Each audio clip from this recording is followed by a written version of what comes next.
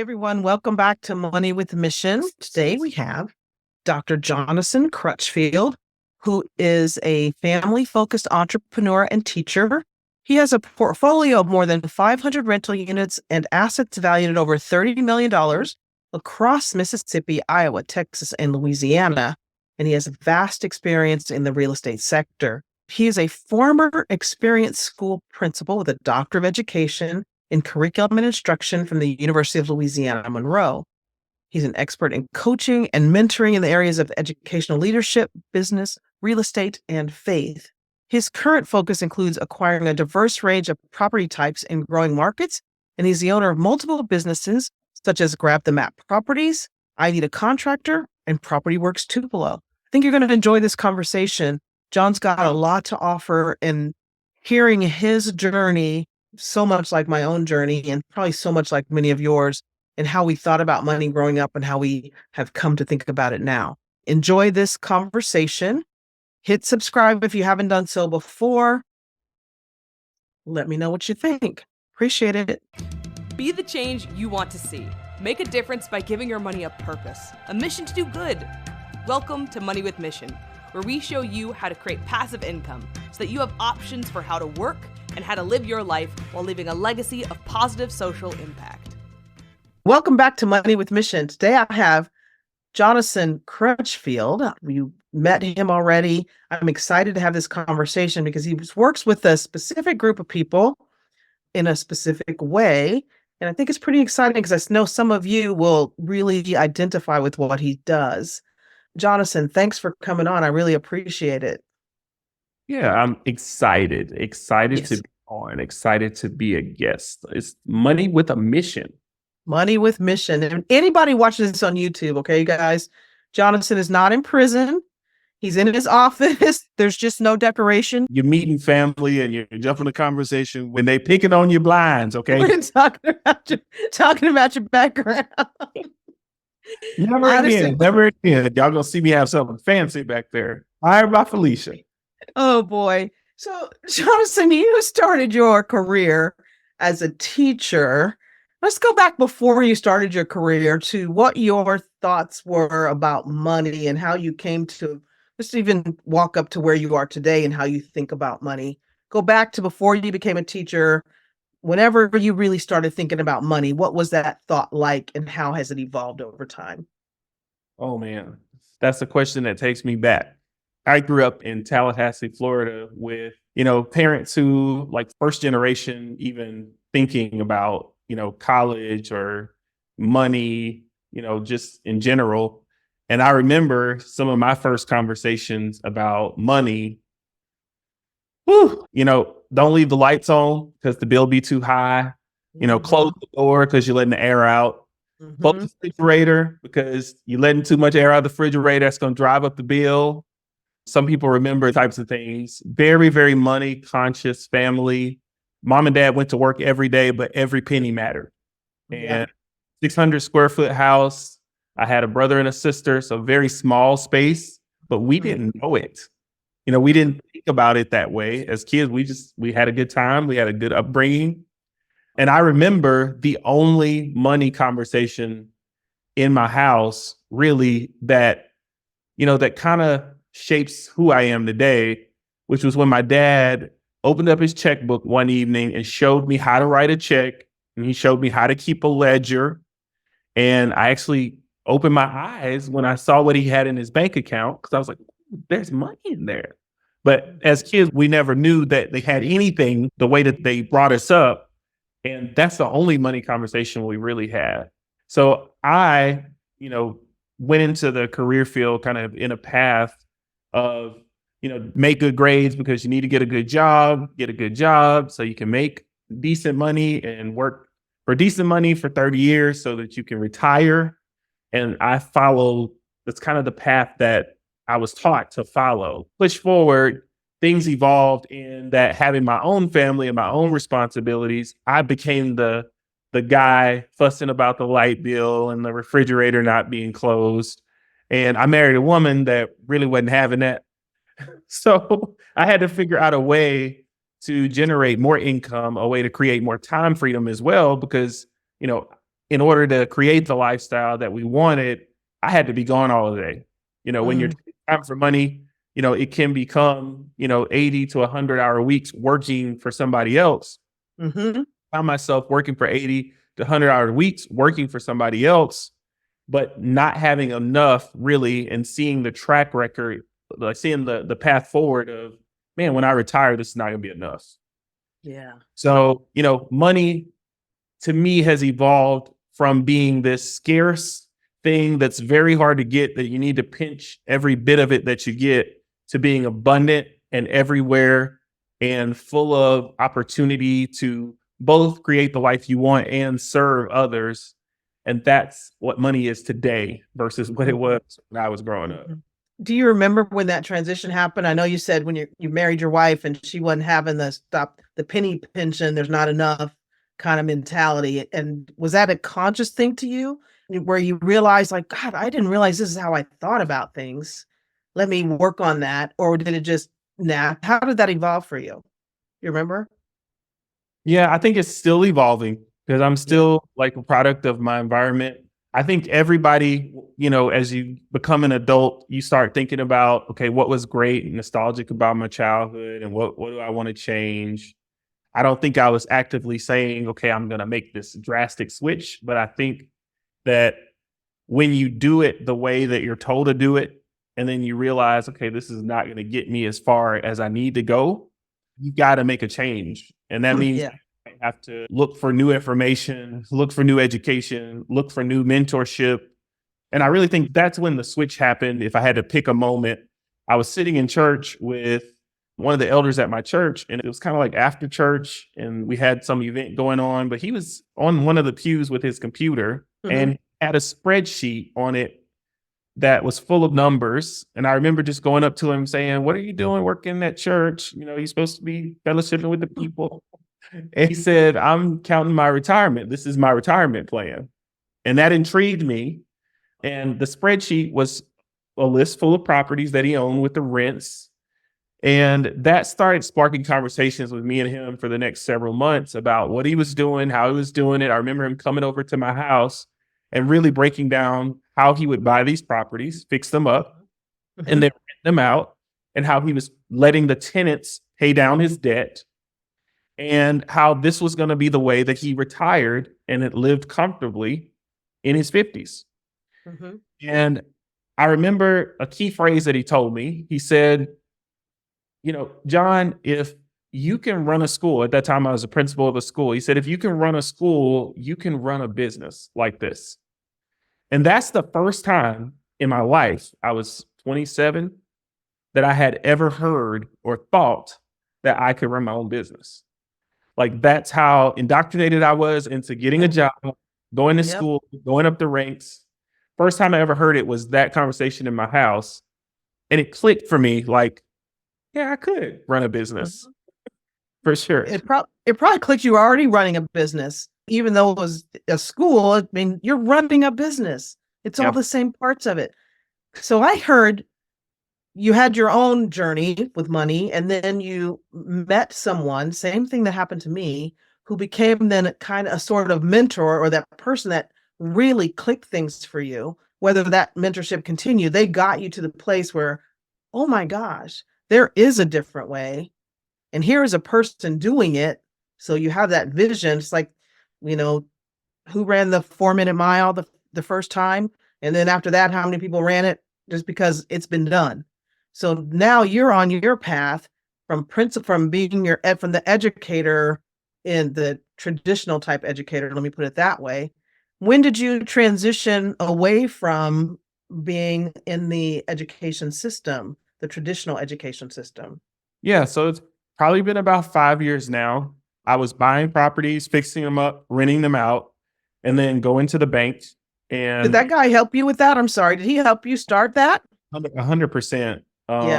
Laid out exactly what he was doing, came to my first property with me, helped me, walk me through like how to renovate a property. And then most importantly, I think, introduced me to his banker at the time. That was the thing that kind of opened up, some resources to me, because how I grew up, I didn't think that I could even borrow money. I didn't think that they loaned money like me because, that was just the house that I grew up in the environment. Banks didn't give the coffee to me or the water bottle to me when I walked in. We were just trying to cover a balance, or, we were just trying to go through the bank to get the lollipop. Yeah. We didn't understand what banks were for. So here's this guy introducing you to, this is how you work with a bank. This is what a bank can do for you, not just you doing for the bank. That's amazing. 100%. I remember going into the bank, regular me, didn't know what I was doing, but walked in and, told them what I was wanting to do. I was fixing on this property and I wanted to get a loan against the property. And the banker was like, hey, he wasn't interested at all. And when I said, Roderick sent me, he said, oh, really? Roderick? Yeah, I like Roderick. And everything changed. Like when I said that, it opened up a door for me. And that's one of the things that keeps me wanting to open up doors for other people, because I didn't know anything about these products. I didn't know anything about the commercial lending space. And so now I get to help other people open what they've been exposed to as well. Yeah, that is like the classic story. And so many of us don't get introduced to that kind of thing. You and I both, lucky, I had a patient actually who walked me through my first property, who helped me with all those very same things to just get past that fear, that whole, there's nobody does this like me. That part of it is huge to have somebody else there to help you do it. And getting into those mentorships, whether you have a program or whether you just happen to have a friend, like you met the guy at church, I have a patient, there's people all over the place doing things that you know nothing about. And we just have to get out there to understand it and know there's more to making money and having money work for us, not just us working for money, than what we've been taught. That's the biggest thing. And working from the beginning of time until you retire and there's nothing in between, that's an old notion. We had to get rid of that one. There's money to be made in between, not just, you don't just get retirement and then you get to enjoy your life. There's a whole part in there that you can enjoy while you're still making money. Okay, sorry, I get on that soapbox so much. Yeah. So I think you're spot on. So now you're married, you have children? I have 2 kids. I have an 11-year-old son and a 9-year-old daughter. I get to say that for about 2 more weeks before they both have birthdays. And you were spending all your time at school, doing all those things at school. Now you are full-time in real estate and real estate investing, real estate education, correct? That's right. Full-time real estate investor. Somewhere around 2018, realized that, we could do a lot better if I was giving it my full attention. So started, full-time buying these properties, fixing them up, renting them out, and then going to the bank to refinance. A few Say years. that again. Say that again.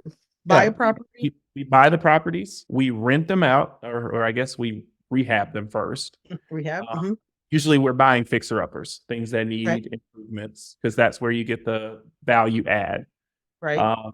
Then we rent them out to somebody. And once we go to the bank, showing them that we've got an asset that's stabilized and it's rented out, we can get an appraisal and borrow money against that property to be able to do it again. To be able to, okay. Do you buy the property upfront cash or do you get a loan for the property upfront? Yeah. So these days we buy the property with investors, right? So we buy the property with private money from investors. In the beginning, pretty much every way that you can think about figuring it out is how we figured it out. So, lines of credit or, friends and family, or the banks, some of the banks they do have products that will allow you to buy the property and do the renovations with just the down payment. So we kind of teach all of those things, right? All kind of strategies to get started. Okay. So you are in your portfolio, do you buy your own properties? You are using some investor money. So you have some with investors. Are yours or your very own? Are you managing them yourself, or do you have a management company that works with you for that? Let me ask you before you get to that part. Before you get to that, are you in there with your hammer and nails doing the rehab, or do you hire them out? So probably 3 properties in is when that didn't work. And I want to be clear, though, our business model, we borrow with debt. So we don't have equity partners. Equity I don't partners? syndicate or anything. And most of my students, I teach them, to do projects themselves or partner with other people. I don't teach the syndication method because I don't do it about it. Yeah. But yeah, I mean, I stopped about 3 hours in. When I say we, my wife and my kids, doing some of the painting and doing some of the remodeling, because it made sense for me to spend time where my value is, which is finding the properties. I make money when I find the good deals, the good buys, and then I manage the process, manage the contractor. So we hire good contractors, and then we have a standard product that we ask them to do, same paint colors, same doors, same cabinets, same countertops, and we manage that process. And that's where my pay comes from. Got it. I'm going to back up a little bit because you talked about debt versus equity as far as how you're using other people's money. I just want to make sure we didn't lose anybody on that. When you say debt, if you take money from me and it's a debt project, you're paying me interest, correct? Just like I'm your bank at that point. I had some money sitting around. I wanted to make some interest on it. You may or probably paying me higher interest than I could have sitting in the bank. So I might as well lend it to you. The property's my collateral on that until you get that whole thing done, and then you can buy me out when you refinance. Is that the model? That's exactly the model. Okay, got it. So I hope that made sense to everybody. Listen to it again if it didn't, because it's very straightforward. As opposed to equity, when someone is loaning money or giving money for a project, now they're going to be in it for the long haul. They're in with risk with you, and they're going to reap percentage of profit as you go along. So that's just a little different model. The debt one is you're being a bank. The equity one is your partner with that person. And what John is doing is more of a debt model with his properties. So that makes perfect sense. And that's really, I like it a lot for a lot of reasons. It's probably a shorter turnaround. How long are you holding people's money usually? Usually 6 months. Yes, it's pretty short. You stay liquid that way as an investor. Okay. So now you're teaching other people to do this very same thing? Teaching other people to do the same thing, also like managing the process for people that do the same thing. So, these days we've got systems around finding that opportunity. So right now you have gotten to a point where you are actually helping other people work through the process, whether it's buy the property on their own, if they want to manage themselves. Let me just ask the question generally. How are you working with other people to help them get into real estate investing and have other options in their lives? Yeah, so lots of ways, right? Lots of ways that we help people get involved. A lot of people come for real estate education, right? I do real estate education under the name of Grab the Map Education. We teach people how to buy deals, how to find money for their deals, how to operate the deals once they have them, right? Okay. Then we have some folks who are actually like they're ready to buy a deal. I invest in markets where the numbers make sense. I know you agree with that. Yep.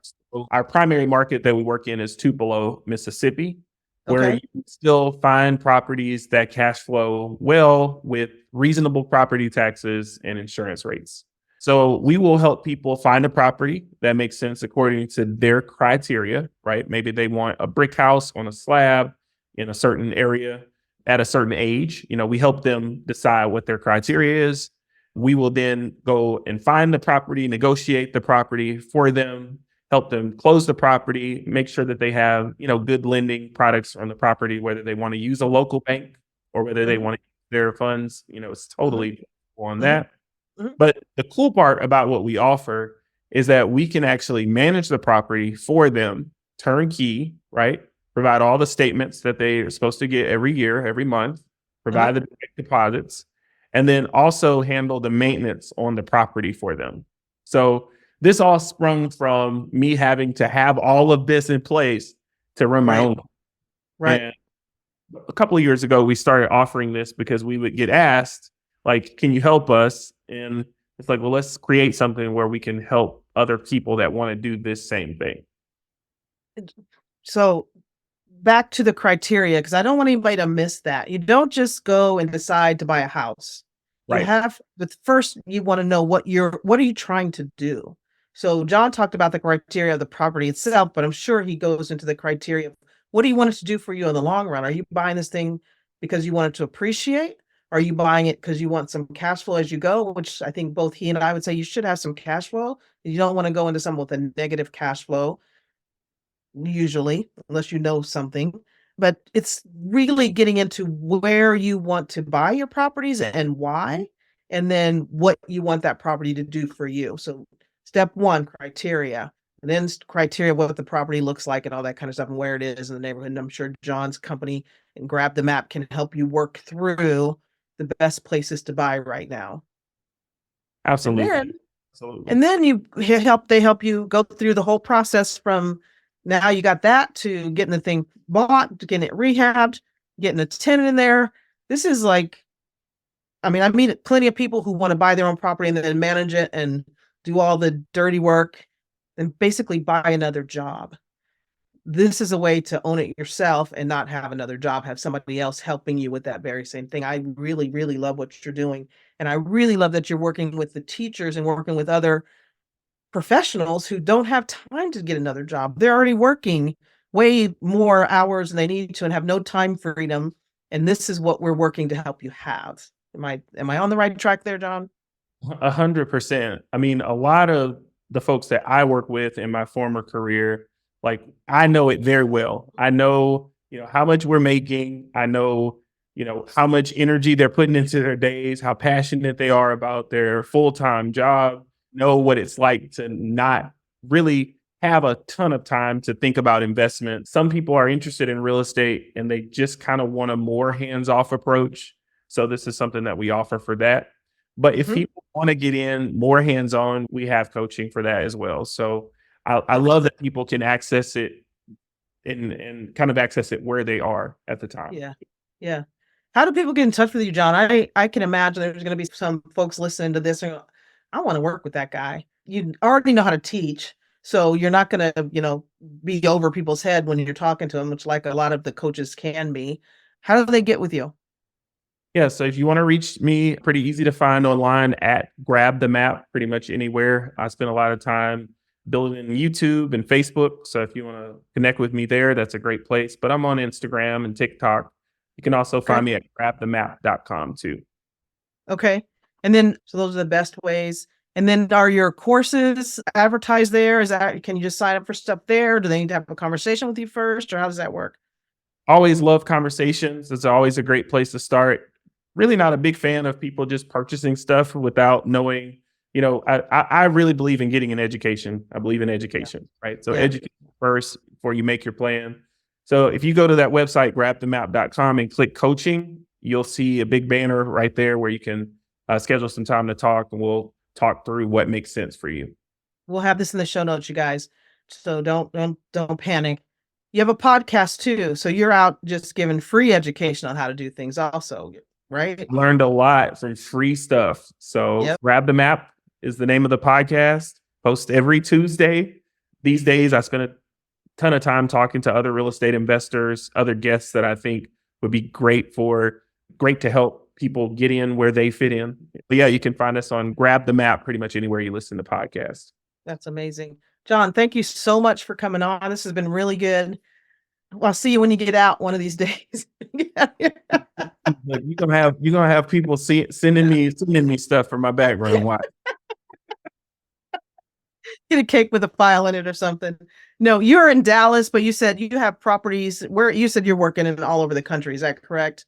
With your properties, and didn't talk about that. I spend most of my time in Dallas, Texas, a little suburb here called Mansfield, but we buy all over. We buy where the numbers work. That's right. Okay, perfect. Thank you again. You guys, see you next time. Check out grabthemap.com. Next time. Yeah. All right. You've been listening to Money with Mission.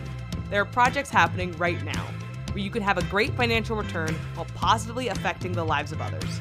To learn more about our opportunities, go to moneywithmission.com.